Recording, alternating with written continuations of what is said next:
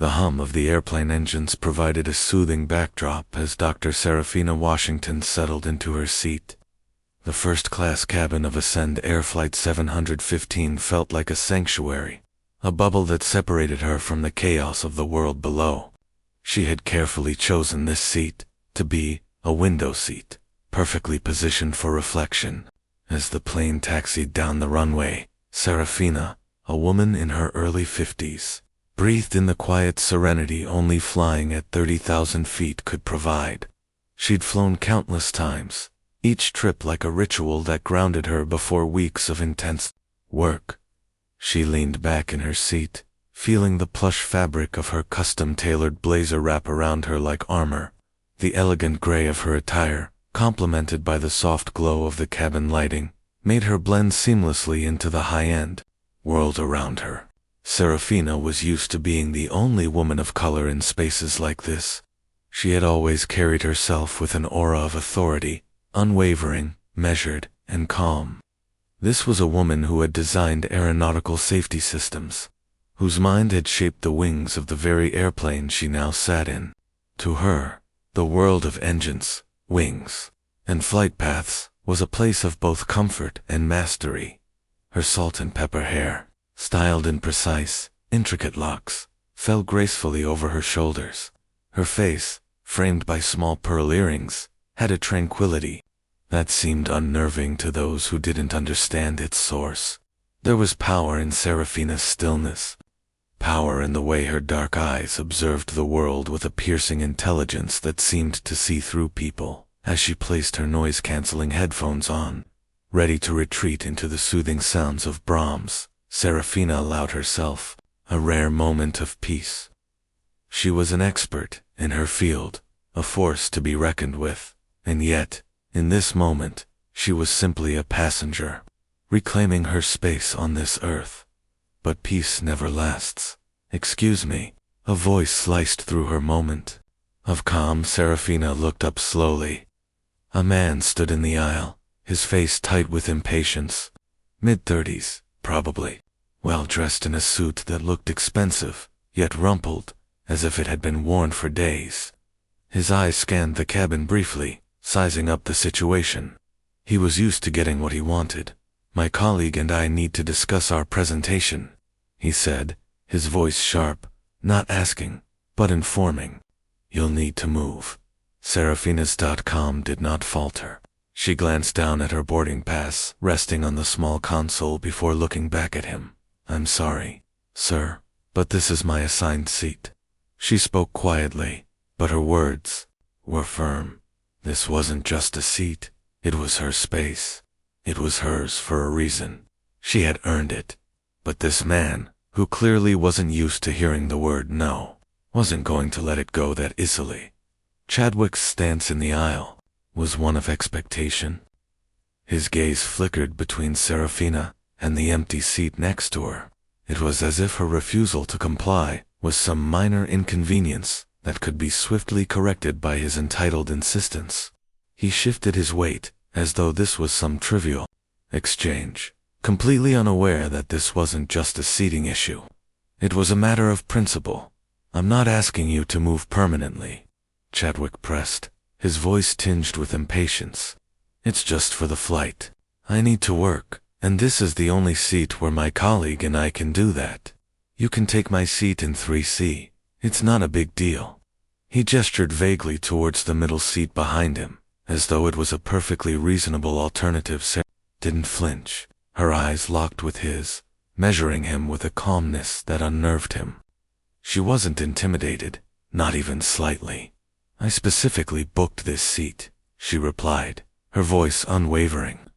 "It's not just a seat for me, it's a space I've earned and chosen. I'm afraid I won't be moving." Chadwick's face darkened. He was used to getting his way, to having people bow to his demands. This woman, sitting in first class like she belonged there, refusing to move was an anomaly in his world. "Look," Chadwick huffed, taking a step closer. Clearly agitated now, "I'm not asking for much here.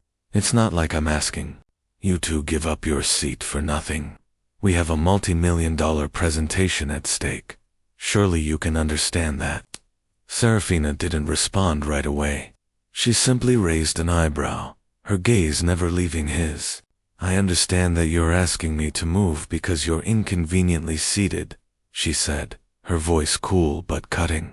But your presentation isn't my problem. Chadwick's face reddened. His entitlement was met with nothing but polite rejection.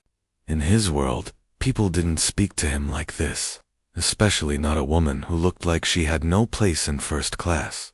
He looked around for support, but none came. Passengers were already focused on their own little worlds. Some pretended not to notice. Others briefly glanced up, only to quickly look back down at their phones. But no one stepped in to offer their approval of his request. That's fine, Chadwick said through clenched teeth. I'll get the flight attendant involved, then. He turned abruptly and made his way toward the galley, where Brenda, the flight attendant, stood with a practiced smile. Pouring coffee into a cup, Brenda turned at the sound of his approach, her smile bright but strained, as if trying to mask the exhaustion beneath. Her eyes darted to Serafina, who remained seated, her expression unchanged. Is there a problem, sir? Brenda asked sweetly, though her tone had a hint of familiarity, as though she had dealt with entitled passengers before. Yes, Chadwick replied, his voice now tinged with frustration. This woman, he gestured back at Serafina, refuses to move so my colleague and I can work. I've got a very important meeting, and we can't afford to waste time trying to find another seat. She's being unreasonable. Brenda turned her gaze to Serafina, her smile unwavering, but now laced with condescension. Ma'am, she began, her voice soft but insistent, this gentleman and his colleague really need to work. It would be such a help if you could just swap seats with him. It's only for the flight, just for a few hours. Serafina's calm was a force of nature, unshaken by the weight of their demand. I'm sorry, but I've already explained. This is my seat. I'm not moving. Brenda's smile tightened. Ma'am, you really don't want to cause a scene, she said, her tone shifting from sweet to subtly threatening. It's just a small request. I'm sure we can make this work without making things difficult for everyone. Serafina felt a familiar tension rise in her chest. It wasn't the first time she had encountered this. Women like Brenda, who saw her skin before they saw her, who assumed she was out of place in spaces like this. It was a reality she'd faced for years. But this time was different. I am a paying passenger in my assigned seat, Serafina replied firmly, meeting Brenda's eyes with a gaze that held all the weight of years of quiet defiance. If Mr. Sterling wants to sit next to his colleague, he can ask her to swap seats with him. Brenda's smile faltered for a moment, replaced by a flash of annoyance. Ma'am, we really don't want to make this difficult. Could you please cooperate? Serafina's gaze softened, but her resolve remained unbroken. I've already made my decision, she said, her voice gentle but unwavering. I'll enjoy the seat I've paid for. No further discussion is needed. Brenda exchanged a quick look with Chadwick, then sighed dramatically, as though she was being forced into an unwelcome position. I'm afraid I'm going to have to ask you to reconsider, she said, her voice taking on a more official tone. If you're not willing to cooperate, I may have to get the purser involved. Please do, Serafina responded, her tone measured, as if inviting them to escalate the situation. The door to the galley slid open, and a man in his mid-40s stepped into the aisle, his uniform impeccably pressed, his expression one of practiced authority. Geoffrey the purser immediately surveyed the scene, his eyes narrowing as he assessed the situation. Chadwick, still standing in the aisle, was visibly agitated. He looked over at Geoffrey with the kind of look one might give a manager when a task wasn't being completed as expected. Geoffrey, Chadwick said, trying to mask the frustration in his voice, this woman is being completely unreasonable. I've asked her to move, but she refuses. We need to work, and this is crucial. You need to get her to move. Serafina sat back in her seat, her eyes still fixed on the window, as though the drama unfolding around her had little to do with her. She wasn't involved in their power struggle. She wasn't going to be moved, physically or emotionally.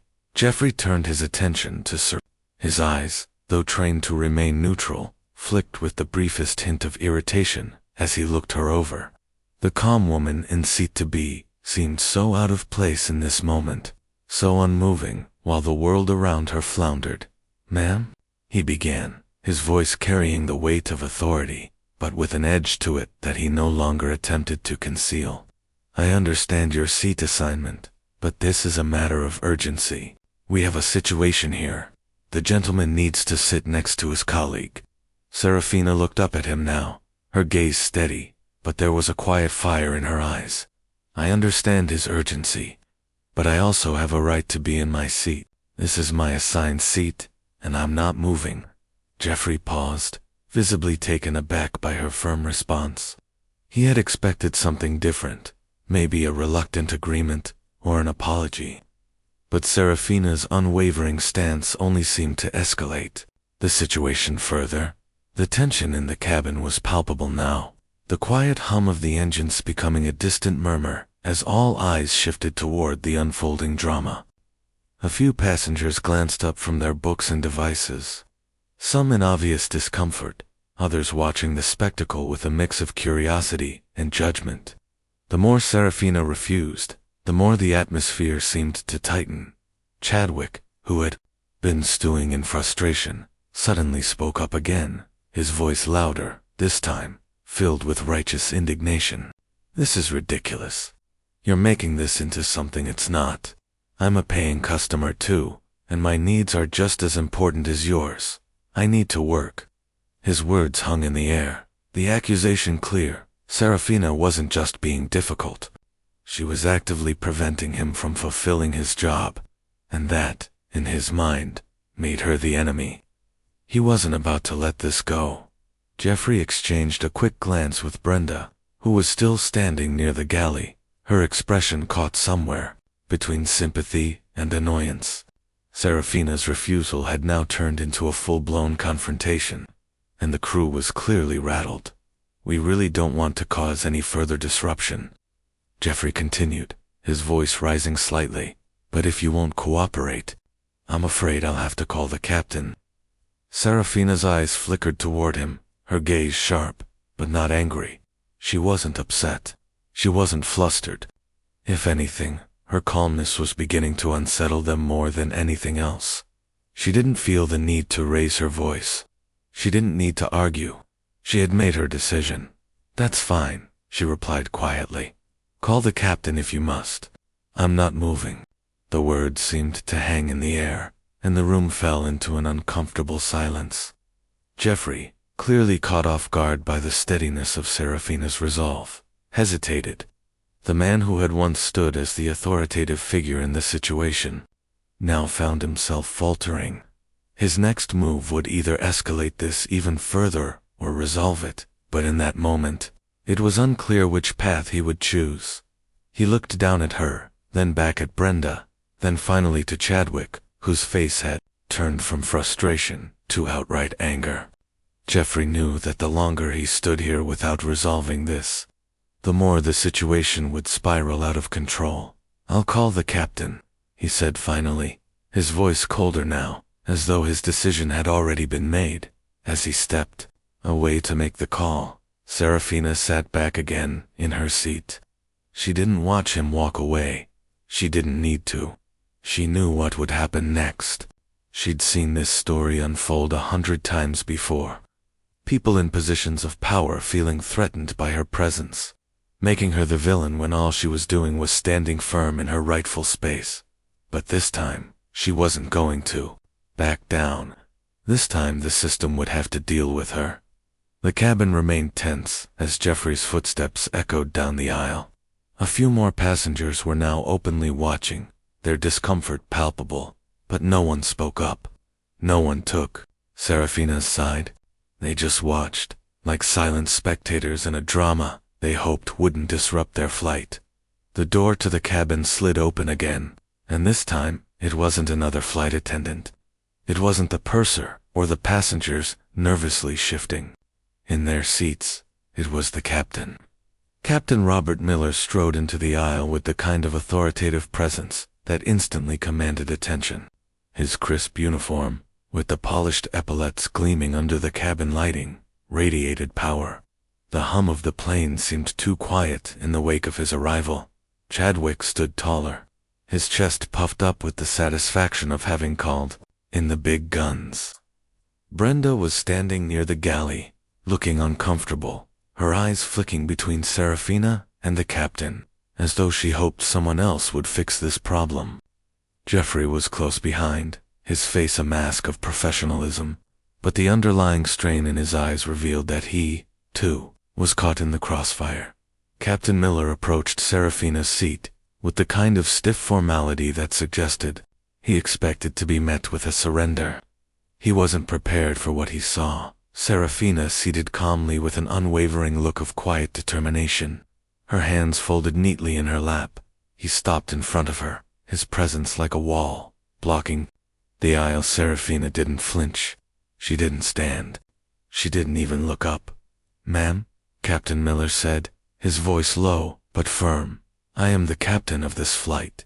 I understand you've been refusing to comply with the requests of my crew." Serafina lifted her eyes to meet his.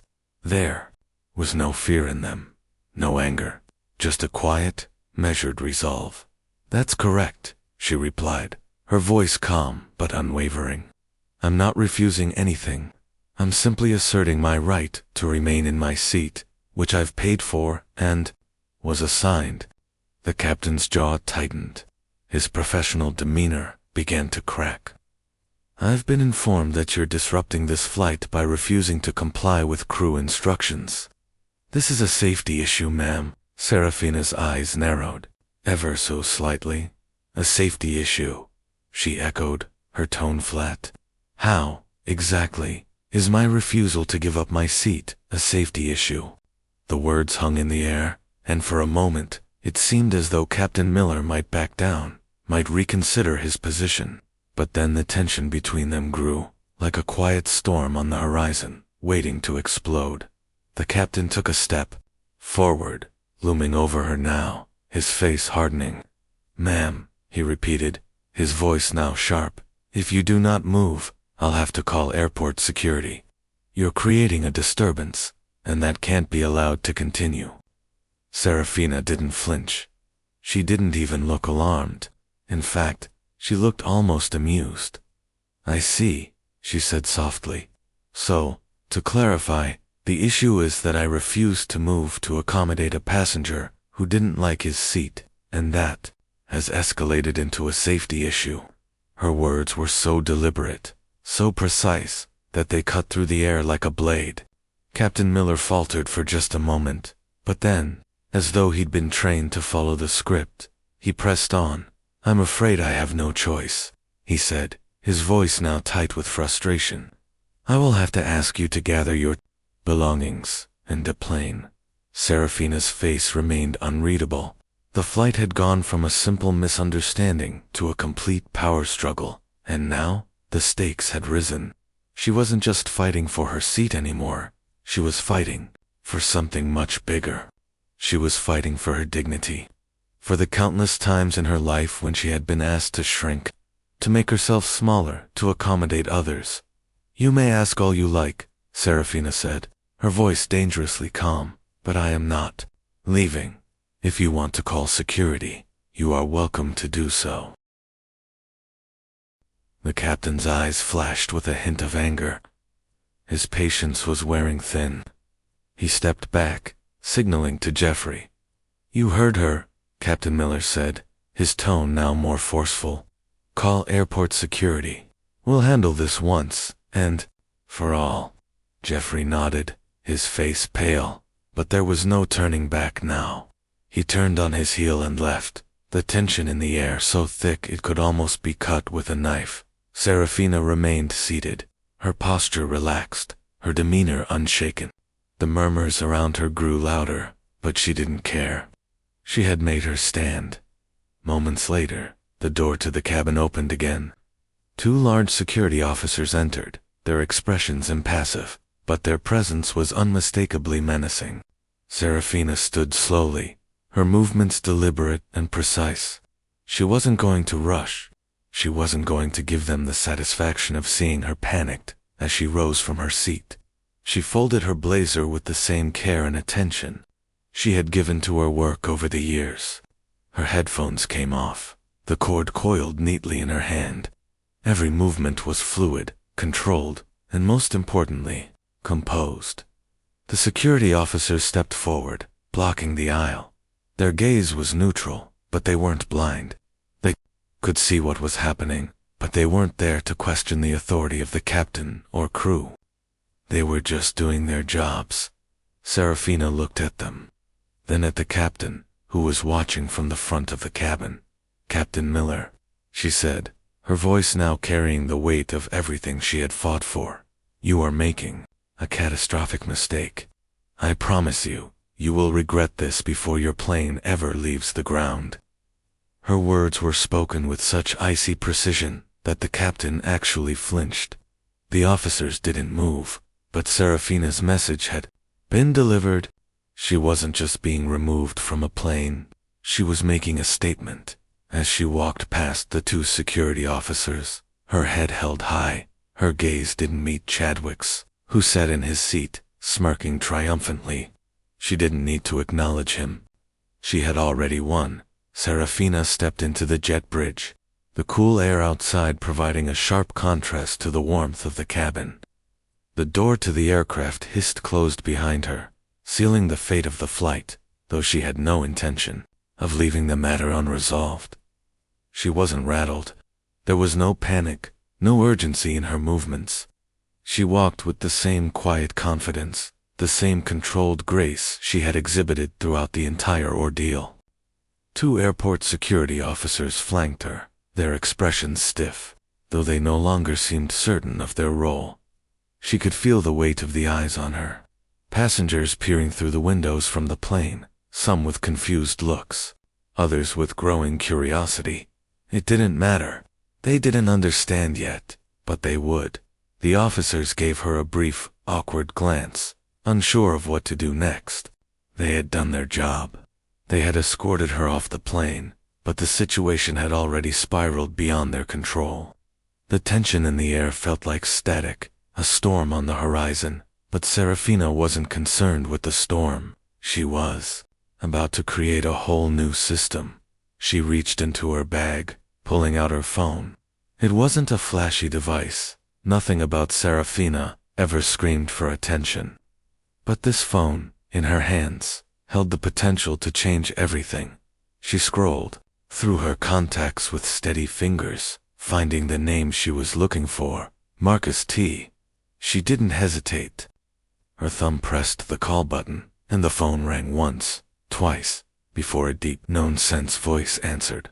"This is Thorne," the voice rumbled, clipped and efficient, the tone signaling a no-nonsense professional. "Marcus, it's Serafina." "Washington," she said, her voice calm, even almost as if she were chatting about the weather. There was no anger, no sign of frustration, just the quiet authority that had defined her entire life. "Sarah," he responded, his voice shifting ever so slightly. "I thought you were in the air by now. Everything all right with the new A-wing?" Serafina's eyes glanced back toward the aircraft, seeing the glint of the Airbus A380's wing through the thick glass. The plane was still there, waiting. "Not exactly," Serafina replied, her voice growing colder. "I'm calling to report a Level 1 safety protocol breach at Gate C-34. The aircraft in question is Ascend Air Flight 715, bound for Heathrow." Marcus was quiet for a moment, then responded in a lower tone, the professionalism stripped from his voice. "A Level 1 breach. Serafina, what's going on?" Serafina exhaled slowly, looking out toward the terminal, her eyes narrowing as she recounted the events. "I've just been personally ejected from that flight by the captain, Robert Miller." There was a long silence on the line, and Serafina could almost hear Marcus's mind racing as the weight of the situation sunk in. "He what?" Marcus's voice was incredulous, his shock palpable. On what grounds? Serafina's tone remained ice cold. The stated grounds were that I was a non-compliant passenger, posing a safety risk to the flight. But the actual grounds, that I, a black woman in seat to be, refused to give up my seat to a white male passenger. The crew, specifically the flight attendant Brenda Jenkins, and the purser Jeffrey Jones, escalated the situation, misrepresented the facts to the captain, and without conducting any due diligence or basic crew resource management, summarily removed me from the plane. Her words hit Marcus like a slap, and the silence that followed was heavy, thick with disbelief. The weight of what she had just described hit him like a brick. Serafina continued, the protocol they violated wasn't just an airline guideline. It's the very protocol I wrote. Marcus, Section 4, Paragraph 7b, of the Comprehensive Aircrew Management and Threat Assessment Directive. The one the FAA made mandatory for all domestic and international carriers operating out of newly certified terminals. The very protocol I designed to ensure safety and prevent situations like this. Marcus's voice was cold now, stripped of any pleasantries. This is a major breach. You're telling me the crew, the captain, didn't follow the protocol? Exactly, Serafina replied, her voice unwavering. And that's the problem. They didn't question the story they were told. They didn't de-escalate.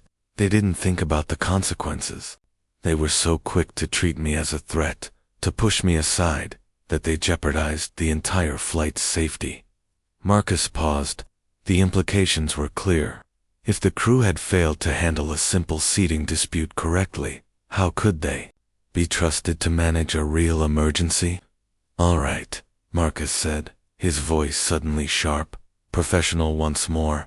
Where are you right now? Serafina didn't hesitate. I'm still on the jet bridge at gate C-34. They're about to push back. Through the thick glass, she could see the tug moving into position to connect to the aircraft's nose. The wheels of the plane were already moving toward the runway, but Serafina knew that everything was about to change. I'm issuing a gate hold and a tarmac stop on Ascend 715.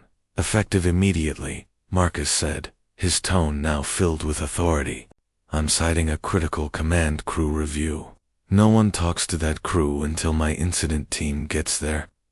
Serafina's eyes glinted as she watched the operations unfold. The tug stopped abruptly, just as Marcus's words cut through the air. The flashing lights of an operations vehicle appeared, signaling a change in course. I see your handiwork, Marcus, she said with a faint smile. But this isn't mine. It's yours. You're the one who holds the authority here. She wasn't speaking in code. She wasn't being cryptic. Serafina was simply stating a fact. This was now his fight. The moment Marcus took control, it was no longer about a woman in first class.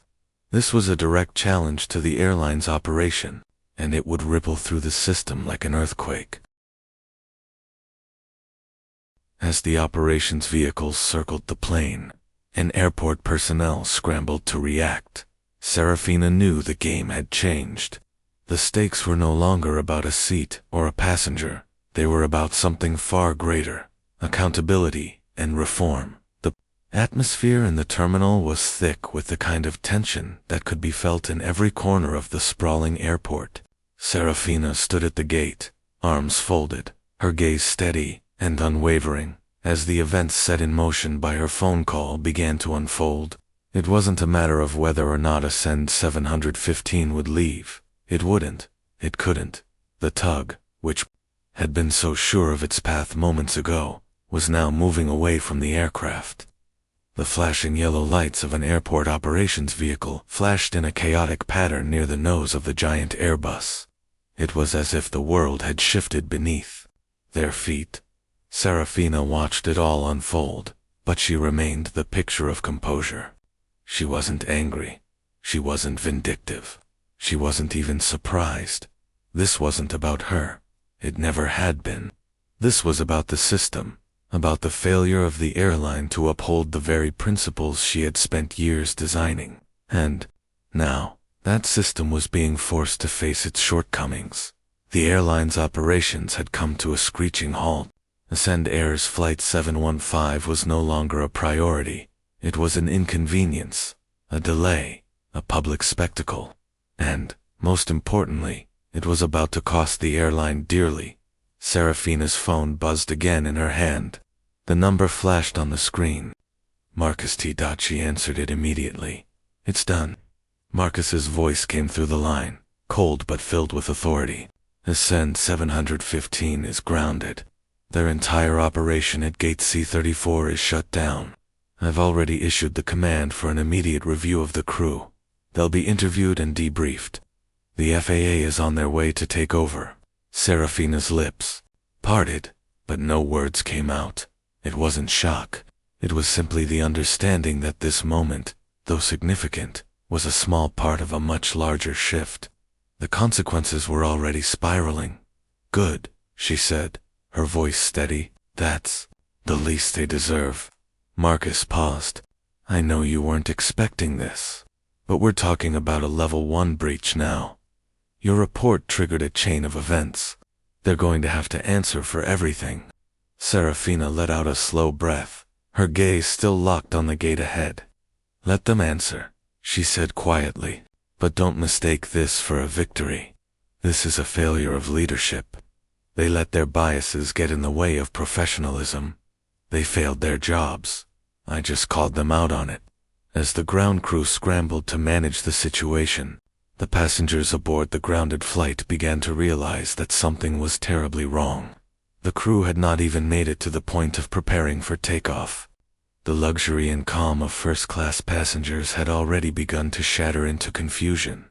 A few minutes later, a ground operations supervisor walked up to Serafina. He was a younger man, his face tight with the pressure of dealing with the fallout. "Ma'am, I just wanted to thank you for your patience," he said, his voice strained, but polite.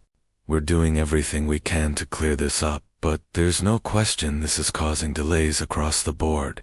Serafina met his eyes with an expression of understanding, but said nothing. She didn't need to thank him. His words meant little to her now. This wasn't about delays anymore. It was about what had been set in motion. She knew the consequences of her actions, but she also knew that she had no control over the way they would unfold. They were now part of a larger story, one that would carry weight in boardrooms and operations centers across the country. Ascend Air would have to answer. The public would demand it. Minutes later, she received another call, this time from Richard Branson, the CEO of Ascend Air. His voice, when it came through the line, was strained, apologetic, but it lacked the sincerity she had expected.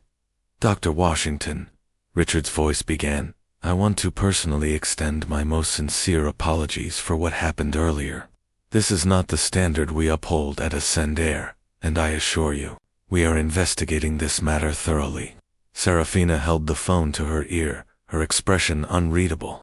She didn't care for his words. The apology felt hollow, like the rehearsed lines of someone who had been caught red-handed. She had no interest in his apologies. "I don't need your apology, Mr. Branson," she said flatly. "What I need is for you to fix your company. This wasn't just a mistake. It was a failure of professionalism and decency. Your crew violated every basic rule I've spent my life building." There was a long pause on the other end of the line. She could almost hear the weight of his realization sinking in. "Dr. Washington," he began again, but his voice was softer now, more sincere. "We will fix this. I will ensure that the entire crew involved undergoes immediate retraining.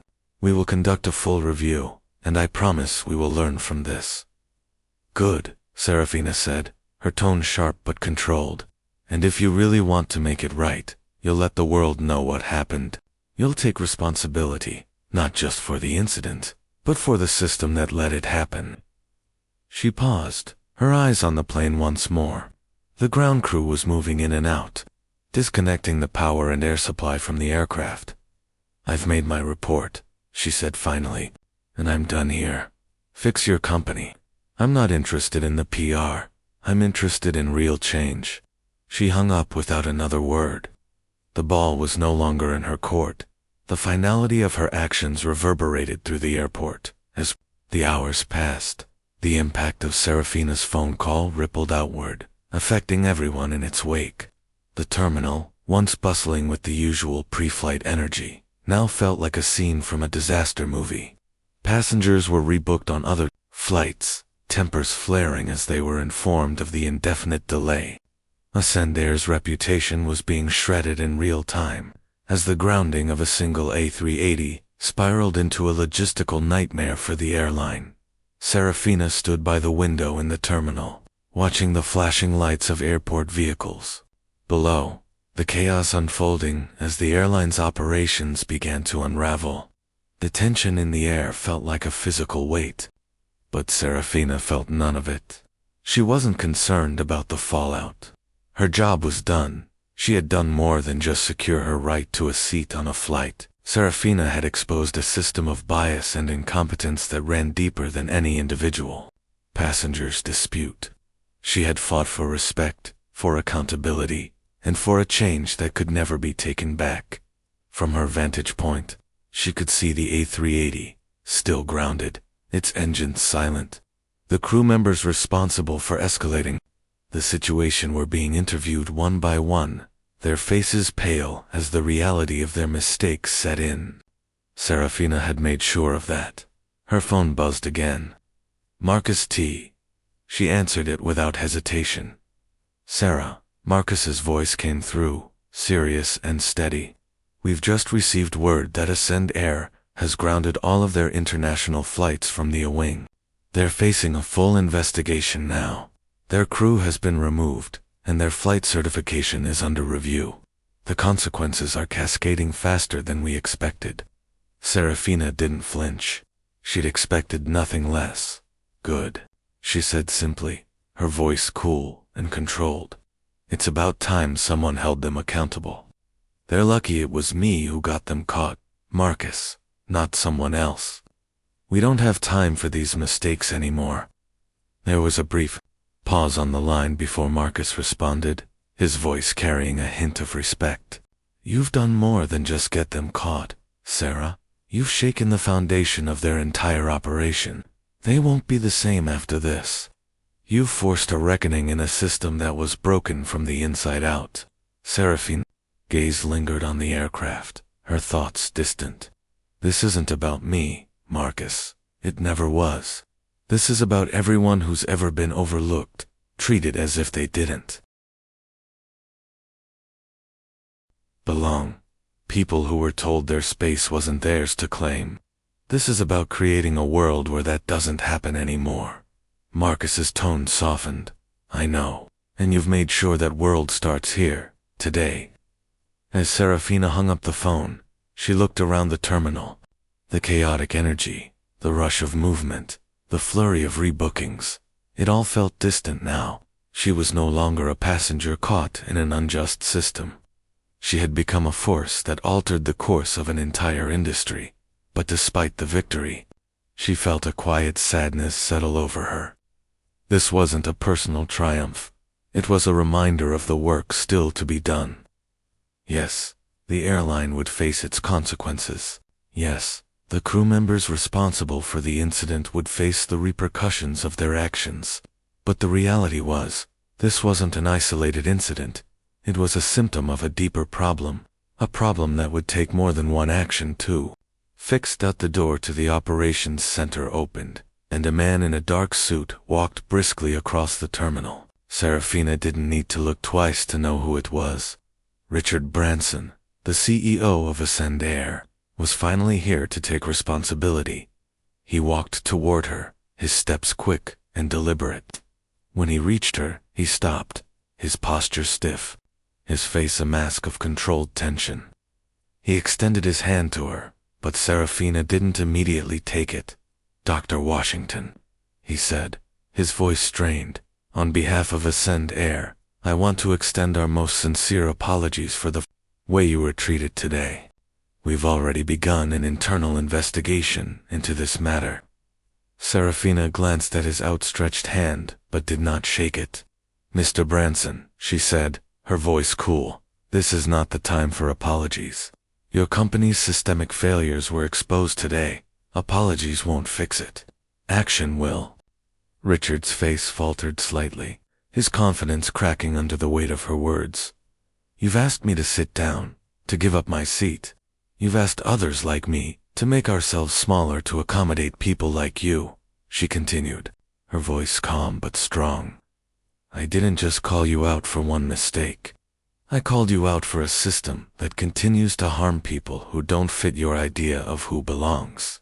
This is the change you need. You need more than a press release. You need to rebuild. He nodded, the gravity of her words settling in. There was no argument left.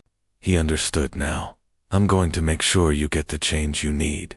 Dr. Washington, he said quietly, this will never happen again. Serafina gave him a nod, her gaze shifting back to the grounded aircraft. She didn't need the apology. She didn't need the promise. The actions spoke louder than anything they could say. She had forced change, and that was enough. As she turned to leave the terminal, she passed the security officers who had escorted her earlier. Their eyes were no longer filled with hostility. They recognized her now, not just as a woman who had been wronged, but as someone who had the power to rewrite the rules. Outside, the world was quieter, the weight of the events still hanging in the air. But Serafina knew one thing for sure. She had made a difference. And sometimes, that was all that mattered.